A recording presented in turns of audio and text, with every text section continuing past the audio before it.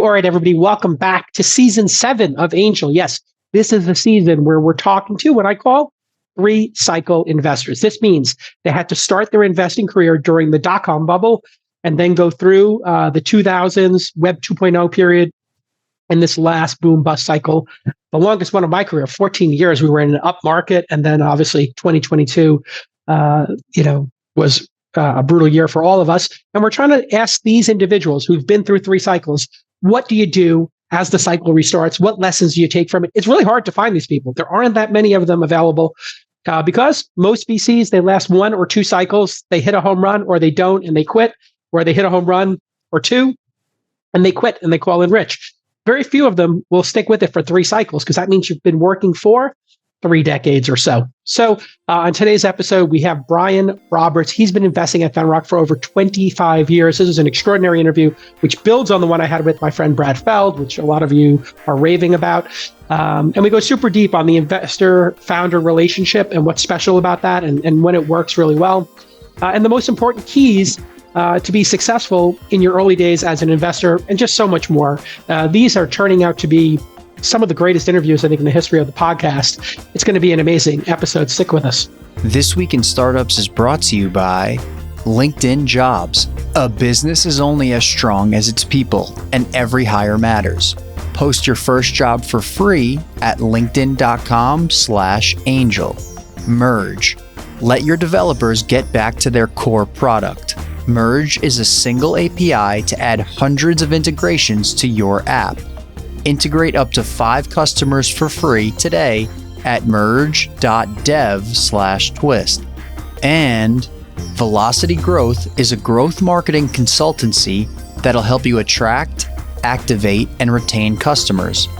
Go to velocitygrowth.com/twist and use code TWIST to get $500 off any growth audit or monthly package, and they'll even give you a free 30-minute growth strategy session just by mentioning TWIST. All right, everybody, we're going to continue our Angel Season 7 here as we look back on investors who have invested through 3 cycles. Why is this important? Well, every time we go through a boom bust cycle, there are things that are similar, there are things that are different, there are lessons learned. And I want to capture on video for the entrepreneurial and capital allocator community these individuals who have seen 3 wars, essentially. It's like getting vets. And today, Bryan Roberts is with us.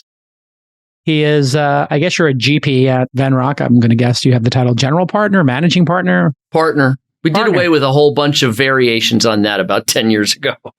Yeah, why even? Yeah, exactly. Everybody's here partnering to build companies. You've been in the capital allocating and company building space for 25 years. Yeah.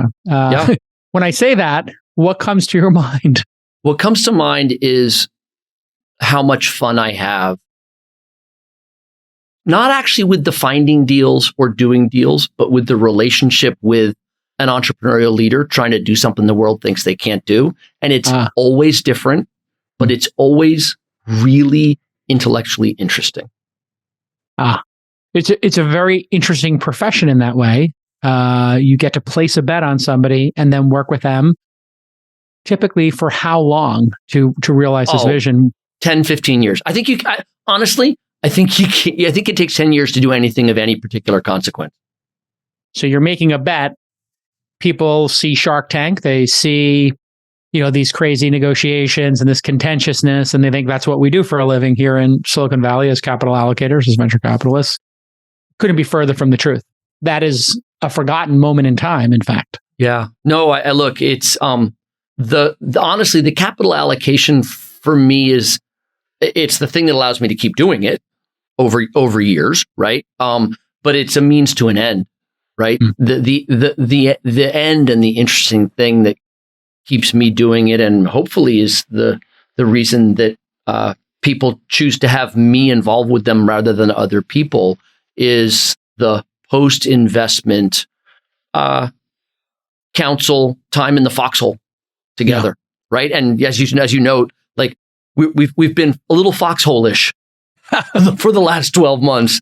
This is, really the point of this entire series is to look at each of these cycles and what you learned in each of them. One of the things we've seen over time is that people who have early success as a venture capitalist have longevity as a venture capitalist. So maybe you could talk about your first two investments as a venture capitalist and how that got your career flywheel going. Sure. So I joined Venrock right out of my PhD in chemistry. I joined it, was sort of second or third year of the Kauffman Fellows program. The other thing that I might have gone and done was be a medicinal chemist at Merck in Rahway, New Jersey. That was the other job I had. And a guy named Tony Evnen, wonderful mentor, now retired, decided to take a shot at inviting me in for a year or two, right? And God bless him, he had an associate or whatever you call people coming up in the business for 6 or 7 years who'd just left and gone somewhere else. And I show up like newbie, knowing nothing. And I think he was like, holy moly, what have I done? And about 11 months in, I found my first investment, which was the Series A of Illumina, the DNA sequencing business. I think I got that deal because I was working during August, when the rest of the venture world was all doing. So, like, one lesson of 25 years is like elbow grease counts for an enormous amount, right? And in our business, what is elbow grease? What is elbow grease? In my mind, elbow grease is the intersection of working hard and helping anybody that you can find in the ecosystem. Got it. Whether you've placed the bet or not. Absolutely. 100%. 100%. Absolutely. Just try and help. Yeah. The currency of this business is being helpful. And so when people say it's kind of been made fun of and mocked now, how can I be helpful? That's right. The reason venture capitalists say, how can I be helpful, is because if you're known for being helpful, somebody might say, I had an idea and you were helpful to me this one time. You don't remember it, but I asked you, what should I do with my career? And then you gave me some good counsel. And hey, I'm starting this Illumina. This thing was started in 1998 to do DNA sequencing. What did DNA sequencing cost at that time? Oh, well, the first sequencing of the human genome was completed in 2000 for something like $1 billion. Amazing, yeah. And, very recently, it became possible to sequence a genome for $200. It's extraordinary. It's a pretty good Moore's Law slope. Yeah. And when things get that cheap and fast, boy, do opportunities. Yeah, right. emerge. You never know. That's the amazing thing about it, right? You never know, if you could take the cost of something down by 100,000 or 1 million times, what would you do with it? Nobody ever has any knowledge. It's one of the funnest things is making interesting bets that have market size risk, right? Because if you do something special that no one's ever done before, a lot of times it's really hard to figure out how you're going to use it.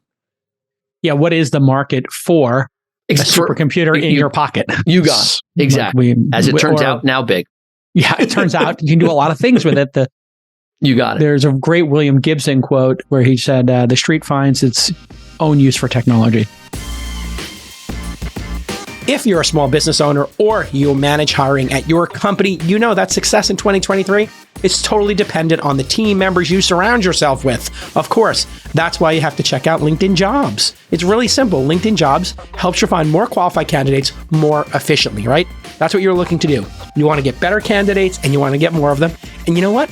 You also want to get them faster, right? You want to fill these open positions with the right person and you want to have choices. Well, they do this so simply over at LinkedIn because they have everybody with a profile. 875 million people are on LinkedIn. I mean, the march to 1 billion continues. And they do this by matching your open roles with people who have the skills, values, and experience to help you achieve your goals. So I can only speak from personal experience here, right? I can read the ad, but the truth is I found some of the most amazing team members at LinkedIn Jobs. It works better than any other hiring platform because they have the tools, right? And they have the network. It's all sitting there waiting for you. Some of my top contributors from Launch It Inside were found on LinkedIn. The targeting, the screening, the rating tools, it's all built in. It's simple, easy breezy, lemon squeezy. All of this is why small businesses rate LinkedIn jobs #1 in delivering quality hires versus the leading competitor. So post your job for free at linkedin.com/angel. That's linkedin.com/angel to post your job for free. Terms and conditions do apply. Yeah. And then the second investment was really the first of the new generation of healthcare IT companies, a company called Athena Health, started by Jonathan Bush and Todd Park. And that ended up working out okay. Honestly, like getting lucky early in your career is super useful. Why is it so super useful? One, it convinces the people in your organization that you should stick around. But two, back to what are entrepreneurs looking for? Like they're looking for people who will help increase the likelihood and scale of their success, right? Like they're trying to solve problems, they're trying to do something. And if you get a reputation of having been associated with really successful businesses, and the leaders in those businesses will be like, totally. Like Bryan Roberts was super helpful to me. Right. So like John Stulpnagel, who was the original CEO and co-founder at Illumina, he and I are now involved in 5 businesses together. Wow. Right. So, God bless him. Like when you have one investment as a venture capitalist, you're either super dangerous or super helpful because you don't have a lot to do with your time. Right. Yeah. I moved to San Diego for a month to help write their S1 to go public. And I can remember walking into the senior guy at Venrock's office. I'm like, hey, look, I'm gonna go to San Diego for a month. He's like, we don't do that. And I was like, well, I appreciate that, but I can't think of anything that would be of more use than getting them public as quickly as possible. And so if you come up with something that is of more use, you know where I'll be, which is San Diego. Good. Getting back to how can I be helpful? What is the most useful thing I can do? At any point in time. Any point in time. Yeah, it totally makes sense. For sure. Now, you talked about this like, hey, I went to work in August, which everybody knows, August is for Italy and December is for Aspen for VCs. Yeah. They don't work 12 weeks of the year. It's those 2 months plus or minus a week on either end, typically. So you're just banging around in Palo Alto and somebody says, hey, you got to meet this person? Or how did you meet Illumina? So actually at that point in time, I was in New York because Venrock's, we were late, honestly, in moving a big locus of operations to California. We were in 30 Rockefeller Plaza, et cetera, as part of the Rockefeller family. And so I was in New York and they'd gotten some seed money and they called, I think, 3 or 4 venture firms saying, hey, we're going to do our A. And they like made that call the last week of July or something. And again, I wasn't busy at the time. So I hopped on it. By the time other people got organized, and it may have been they had a whole bunch of board meetings. And so they were busier than I was. Right. Or they could have been in Italy or who knows. Yep. No, they were in Italy. but I ended up, getting the work done and forming a relationship with the CEO and leader and John. And it's been a terrific, 20 years. Same thing happened at Athena Health, right? Like I'm now involved in the company that Todd and his younger brother, Todd and Ed Park started called Devoted Health, which is a, big value, highly valued, terrific private business now. Wouldn't have happened if I hadn't been involved in Athena and hadn't been of some use. And this is where your network, your deal flow becomes a driver of future success. Exactly. So having an open calendar is a great driver of success because of serendipity, like showing up matters. Yep, for sure. I agree. So at some point, the market corrects violently, and that was called the dot-com bust. Yeah. And it stayed down for a couple of years. Yeah, more so than the second one, right? Yeah. The second one was felt like we had maybe 3 to 5 quarters of choppy, depressing, like this much more V in 2009 than U. Which you can see in the NASDAQ, right? It went from like 5,000 to 1,600, and then it starts its climb back up. You got it. No big deal. But the dot-com bust was distinctly different because you had the dot-com bust and then you had 9/11. Yeah. So back-to-back cataclysmic events, and very different ones. But maybe take me to the time when it was peak market, and did you know it was a bubble? And how did your behavior change during the bubble of the dot-com bubble? And then we'll get into the bust. I think at that point, I was so young and inexperienced. I had no real sense of perception about the whole thing. Really, right? It feels tough now, right? For folks, what percent you've been talking to folks, who've been through 3 wars, like what have 90% of people never been through one war until now. I think that's probably right. So this was a 14-year bull market, right? 13-year, 14-year bull market. It's really hard that first time that you feel like you've grown up under a set of rules and the rules just changed dramatically. Right? The ability to reorient yourself is hard. And frankly, much of the first 3 quarters of 2022 was me spending time with leaders in portfolio companies saying look, we need to react to this environment, right? The world has changed. Exactly. And it was amazing. In January of 22, people were like, this hasn't really changed very much. And then by March, April, they were like, oh, no, it's changed. But thankfully, we're really efficient. So we're okay. We'll be okay, yes. And then 6 weeks later, everybody had figured out they could take 20 to 25% out of their budget without hurting growth. Right. It was a stunning arc. And some people were quicker to realize the new normal than others. Yes, for sure. Let's go back to your question about what did I know? I think the 2 things I learned in the aftermath of those various downturn events. One was times of stress and difficulty are really the only periods in which you learn anything about anybody. So true. Why is this true? Yeah. Well, shoot, when the sledding's easy, no one has to make hard decisions, right? The interesting thing is when you have to make hard decisions, especially time frame decisions, short-term versus long-term, or self-interested, acutely personal decisions versus organizational ecosystem, right? Example. You can make it an amalgamation. It doesn't have to be about one company. No, sure. So you see it a bunch now in companies deciding how to deal with their expense run rates, right? You see some of the more enlightened, better leadership teams I see saying look, boy, cash is tough. We have an annual performance bonus. We're gonna pay out bonuses for below director, and all the senior folks are not going to take any. Okay, seems reasonable. Right? Seems like a mature decision. So you save a bunch of money, right? And at the end of the day, the senior folks, if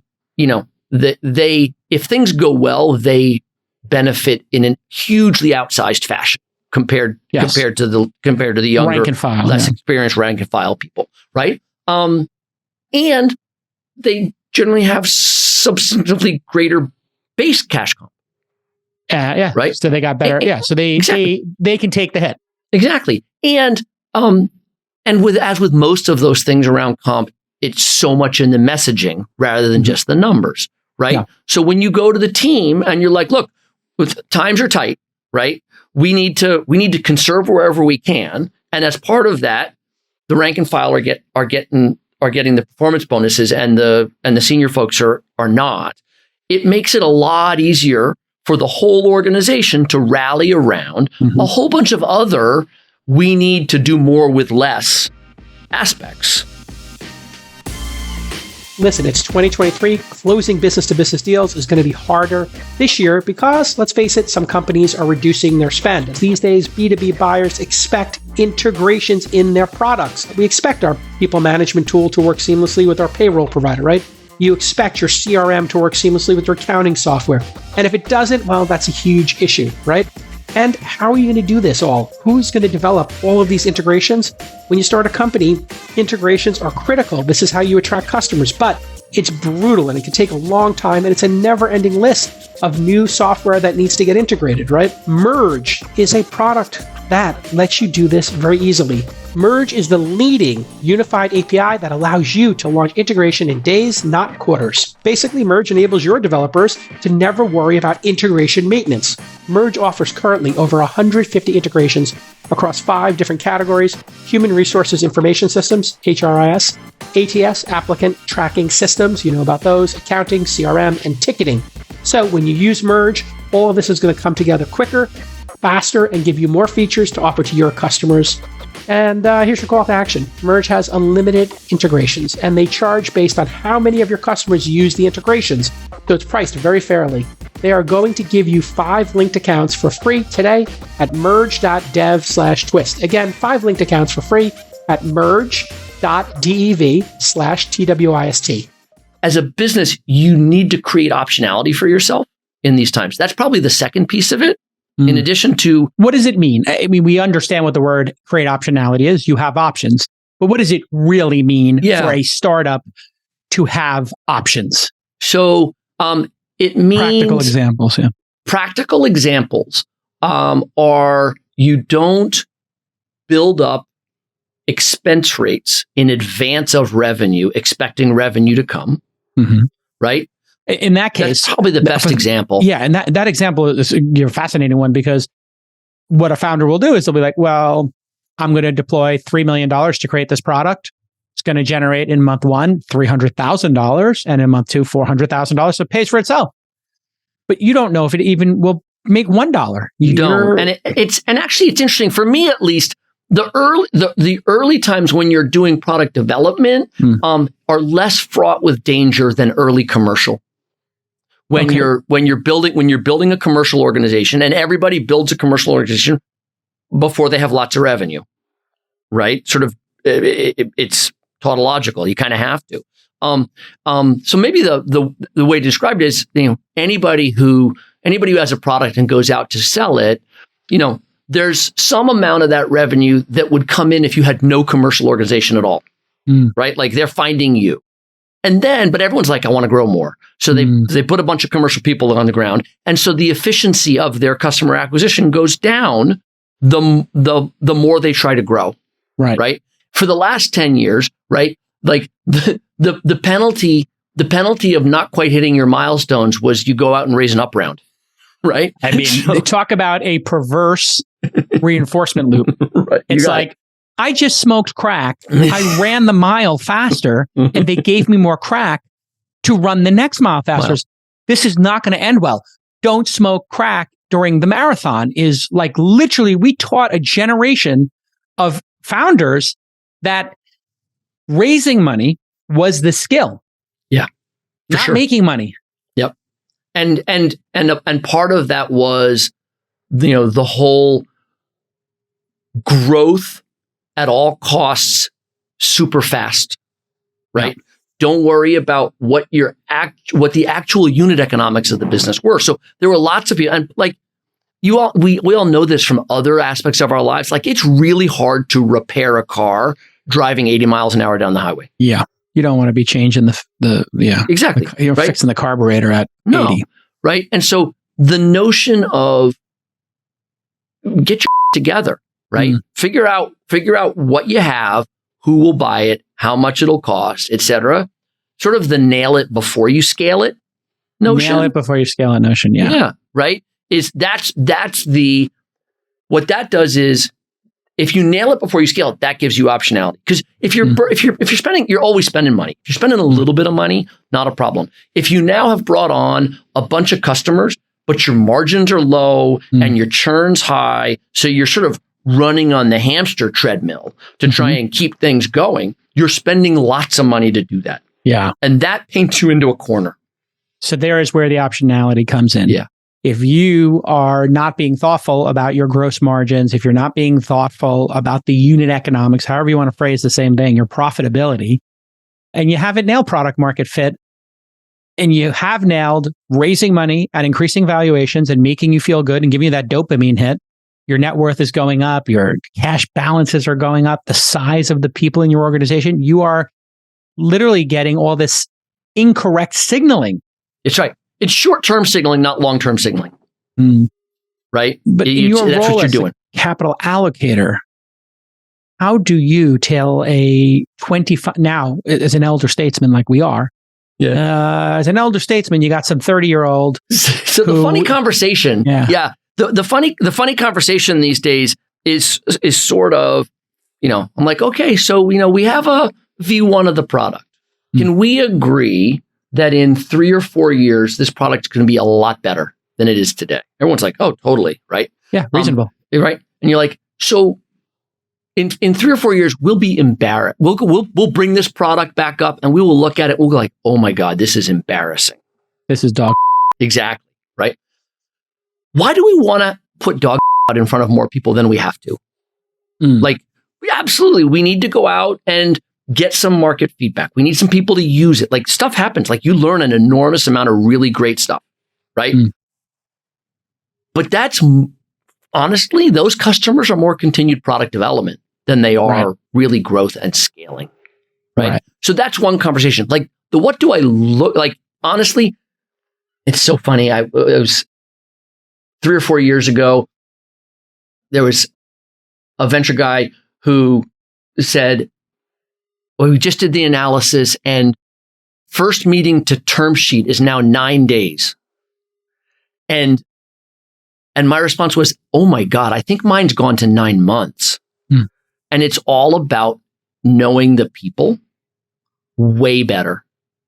So that you end up looking for, so like something like 90% of the leaders I'm involved with are first time leaders. Right. And they end up hopefully being long-term focused givers who have something to prove to the world. Right. So that gets them working all the time, super focused on it, but it's not, they care way more about what their efforts are going to look like in 10 years than next year. Like a reasonable way to think about it is trying to figure out whether someone makes decisions consistently based on the notion of what would their sort of 10-year future self be proud of. Yes. This sense of pride, mission, purpose. And that long-term decision-making will be reflected in what this product looks like every month and the product velocity and the care and craft that goes into it. Whereas a generation has learned some really bad habits. It's such an adrenaline pop when an unexpected term sheet comes in from some private equity firm for $100 million. And we didn't even ask them to give us this money. And they also want to give, 10% of it in secondary to the early investors and CEOs.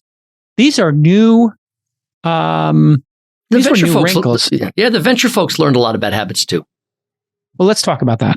Because in the early days, what were the bad habits that venture capitalists had in the 90s? What are the bad habits in this cycle? And then when you look at the bad habits in the 90s, are there some that maybe now we should actually be a little more thoughtful about? One that comes to mind for me, not to answer my own question, is governance. Because when I came into the industry, it seemed like people really seemed to care about this. Yeah. And maybe we're even, I don't want to say lording it over founders, but it did at times maybe even feel heavy-handed. And then it felt like you were insulting people by wanting to even have a board meeting or to have projections. And I'm an early stage investor. Even doing diligence seemed to offend some founders. Sure, for sure. So Well, one bad habit back at the tail end of the .com bubble was fund size, for sure, right? And Fund size matters. Fund size matters. Explain why for young venture capitalists out there who are like, hey, got the opportunity to go big here. Yeah. For that, it matters for slightly different reasons in the short term versus the long term. In the long term, the reason it matters is that larger funds are harder to make a good multiple on. And so, your ability to be terrific at what you do, which is returning more capital, lots more capital than you got. What's terrific? If you were to put a multiple, you guys do a $450, $500 million fund, something in that range. If you have a $450 million fund, I think terrific is anything north of 6 to 8x net. Wow. Yeah. That's incredible. Yeah. Yeah. I think that's right. Puts you in the top 5%, top 2%. Which by the way, all of the graphs that every academic throws out there, like if you're not out on that right-hand end of the curve, it's pretty uncertain it's worth the lockup time frame and the risk, right? Now, all of that has gotten mushed about by a total overabundance of capital trying to get into the system for the last 10 years, right? Yeah. But that's it in the long term. I think there are actually short-term reasons that the big fund size back then, right? And we can talk about whether that's still true now or not. I mean, I think it's an interesting question.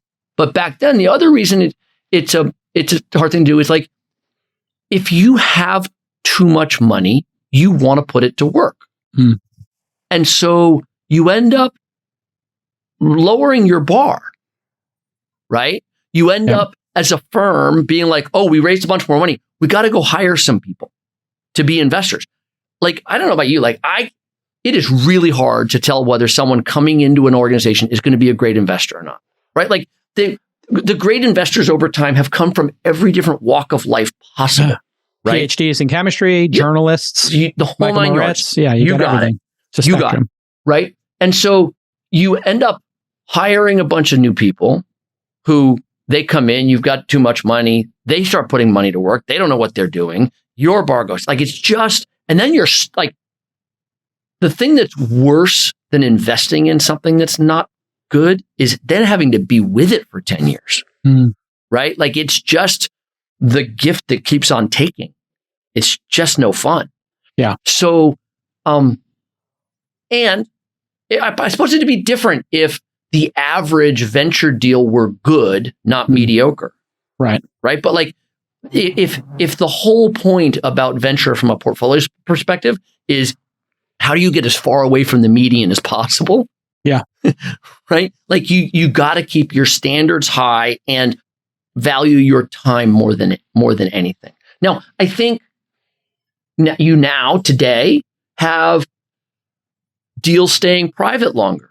So like we have 4 healthcare IT deals that are north of 400 million revenue each private. Those would have been in their 5th year of being public.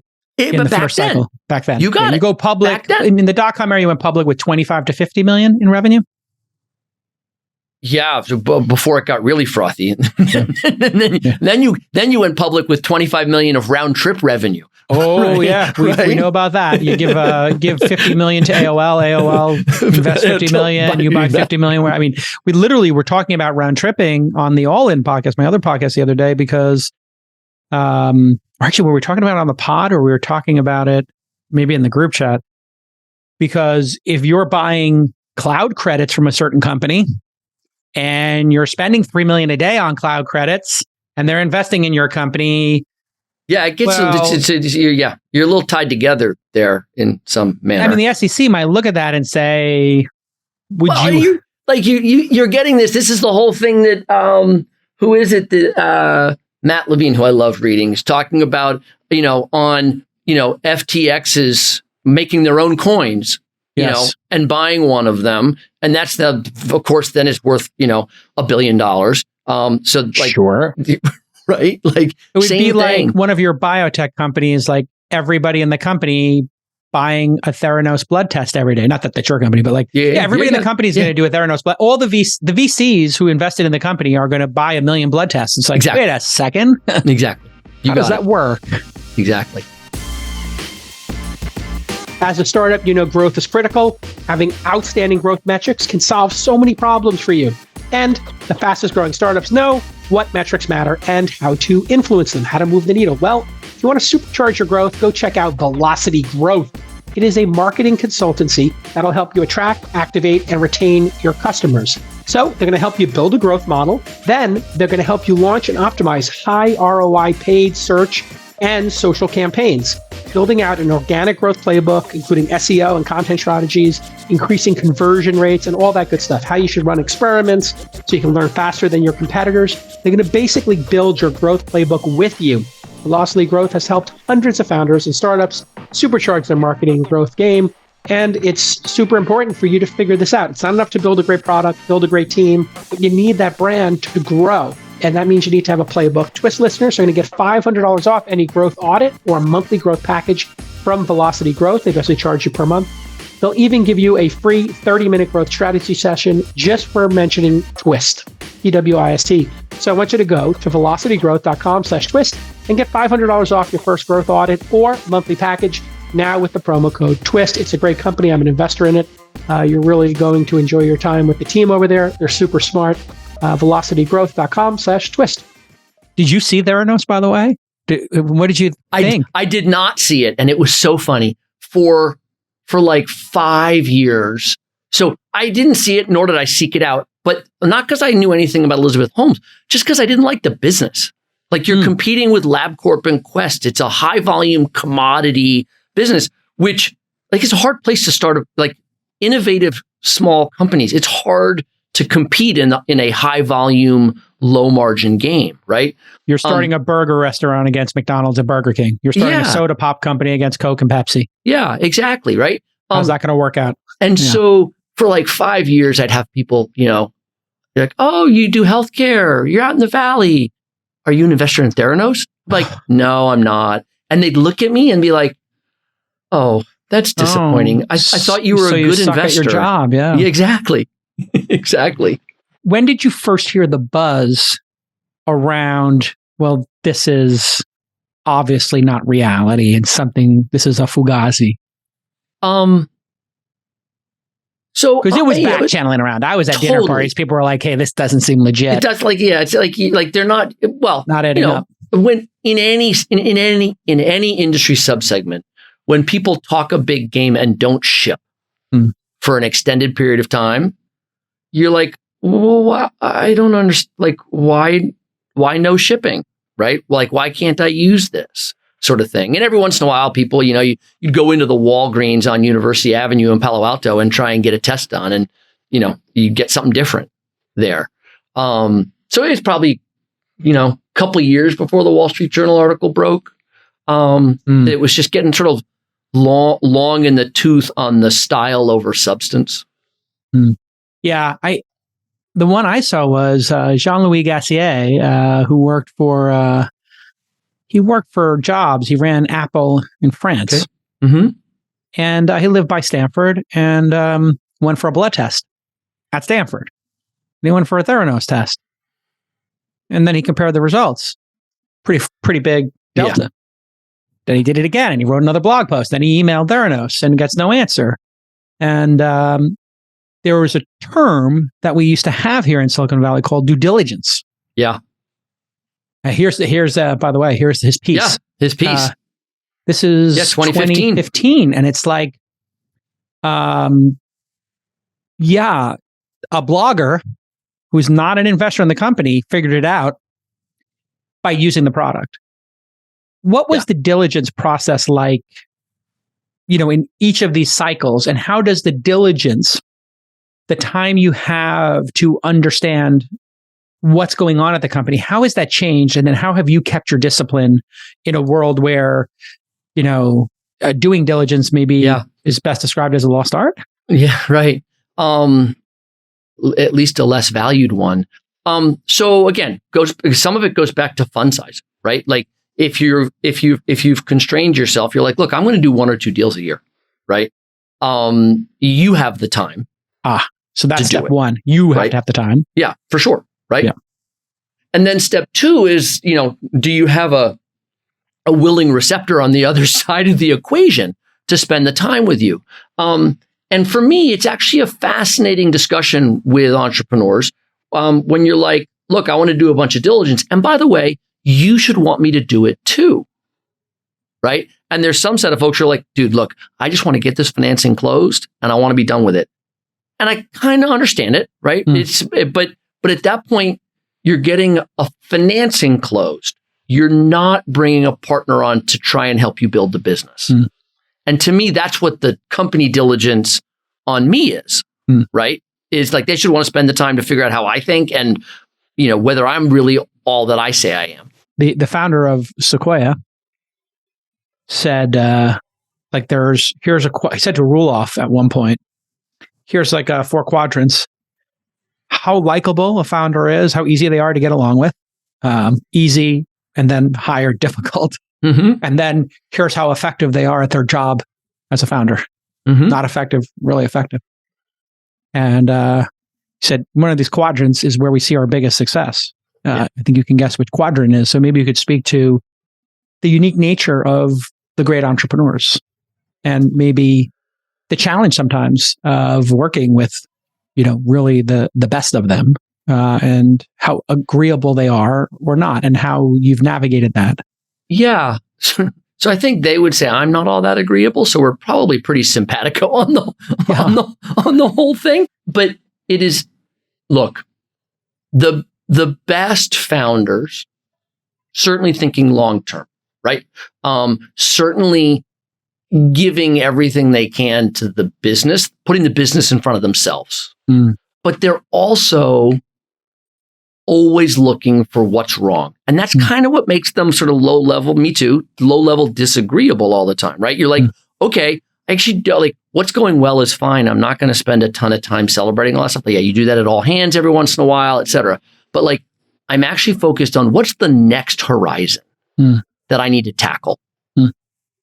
And it's, to me, the long time that I spend with entrepreneurs before investing is understanding how they think about that sort of stuff. So that we talk about the business. Like what do we want to do? Why do we want to do it? And let's argue about some things. Let's argue about how we should price this. Let's argue about what features should be. Who should we be selling to? Like how should we measure ourselves? The ability to debate, to argue important issues is a prerequisite in this relationship between a capital allocator and a founder. I think it should be. Yeah. You have to be able to argue also in good faith. And you have to be able to really doggedly fight and change positions. There's an intellectual flexibility that you are required to have in a dynamic environment, whether it's biotech or startups, whatever it happens to be. Healthcare IT, enterprise software, take your pick for sure. And you need to, and the other thing I think you need to be is to be led by data when data comes. Right. Yeah. Rather than be like, oh, well, this is my position. I have some ego in this position, so we're going to stick with it. Right. Like this bad money after good, this sunken cost fallacy. Bad time over good after good time. Yeah. The sunken cost fallacy is totally very real in what we do. You could spend 2 years working on something and then the obvious path, the exit ramp off that bad idea to a genius idea is sitting right there. I mean, Apple being perhaps the greatest example in history. It's like, well, a gadget, an iPhone, dwarfed all revenue from their PC on every desk. You got it. And it just took, someone like Jobs to realize it. Yeah. Right? No, I think it's absolutely true. Like, so, and in those arguments, nothing's personal, right? You're talking about issues, topics, and comfort with ambiguity and uncertainty and being non-consensus. Like, I think for the first 3 or 4 years of any really interesting startup, you're non-consensus. Because if you were consensus, someone else has already done it. It's bigger, et cetera, right? And so the really interesting thing is when any of these companies transitions from non-consensus to consensus, like the rest of the world sees it. Tolerance for ambiguity and being non-consensus. These are very hard cognitive disciplines. Uncomfortable. It's uncomfortable. Yeah. And this is when you think about going through a war, when you're in that foxhole, it's like, Well, totally. Right. Like, and you see it in the venture or go forward or stay. And you see it in all of the private investing world now. Like, it was part of the bull run, momentum investing, right? Yep. But when the tide goes out, like it is now, momentum investing swings way back the other way. And so this notion of being willing to put out more capital into businesses, right? Now is it's a non-consensus decision today. What's your decision today when you're sitting here today, Bryan? Oh, totally putting out capital. You're excited. You see the opportunity. For sure. I'm literally raising my fourth fund right now. I'm doing it publicly and I'm investing. I'm meeting with more founders. And my eyes are so bright open. I'm like, this is like 2009, 2010 when I found Calm and Uber and Robinhood. And I'm like, these founders are so focused. These products are so transcendent. And look at the prices. And all hubris has left the room. Yeah, there's no bullshit artists. Exactly. I mean, all the theatrics are gone.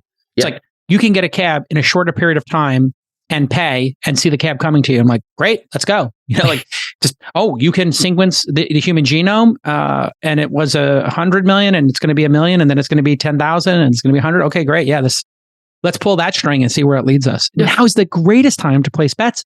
For sure. But it's a scary time to be an LP in a fund. It's a scary time to place a bet. It is a scary time to place the bet because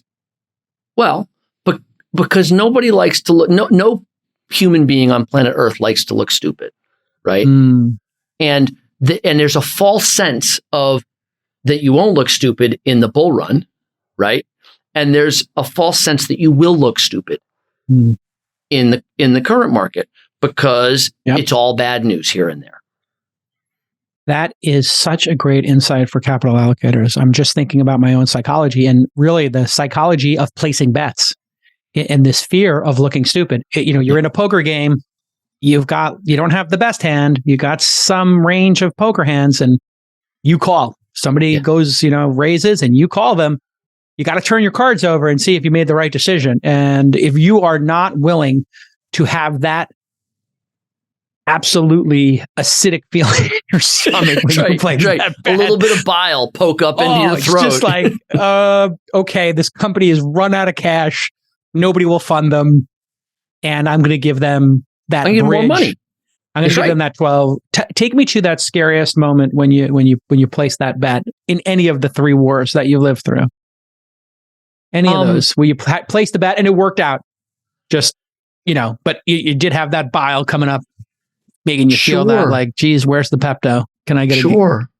This is brutal. As a firm, trying to think, we did half of the seed round of Cloudflare. 10-ish.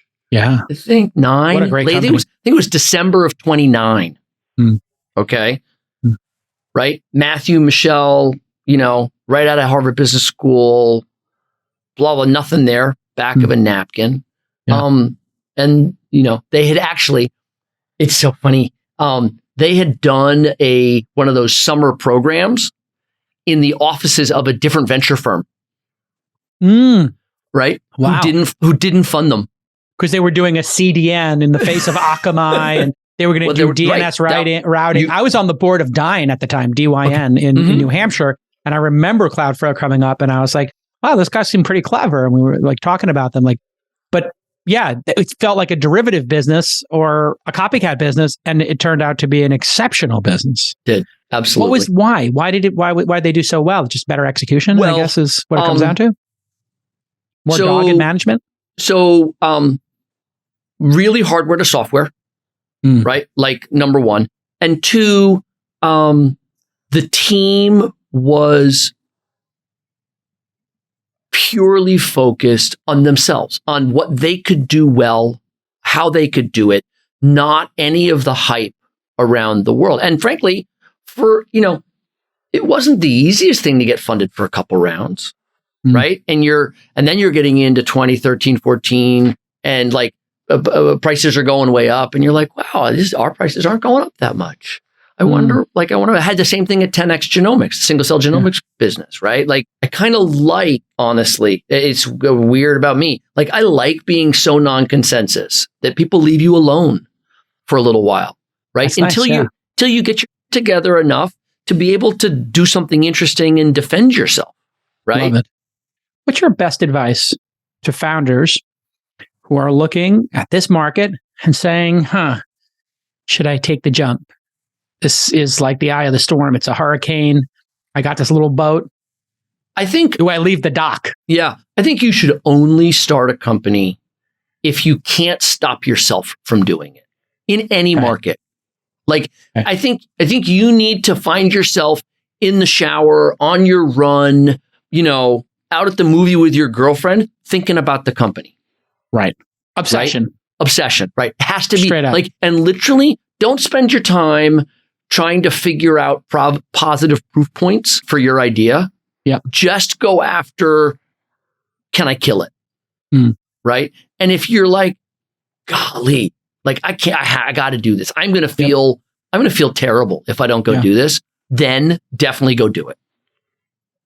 I think this is the greatest advice you could possibly give to a founder. It is the absolute prerequisite of if you should start a company is that you can't not start the company, and you will know that. Yeah. And honestly, you'll also know when you're faking it. Exactly. When you want to do this and theatrically, only you will know. It's in your heart. It's in your soul. Like, if you're showing up for your day job at Hooli or Google or whatever company, and it's soul crushing, and you're literally, in a secret window in another browser on a VPN working on your startup, like, get the hell out of there. Yeah. And go meet with Venrock or come to my accelerator. Exactly. And let us place a bet on you. And honestly, just find somebody who you believe will be your partner for the next decade. It really is a partnership. Bryan, this has been amazing. I want to have you back on the show. This is like, I don't think you and I have ever met. No, it'd be fun.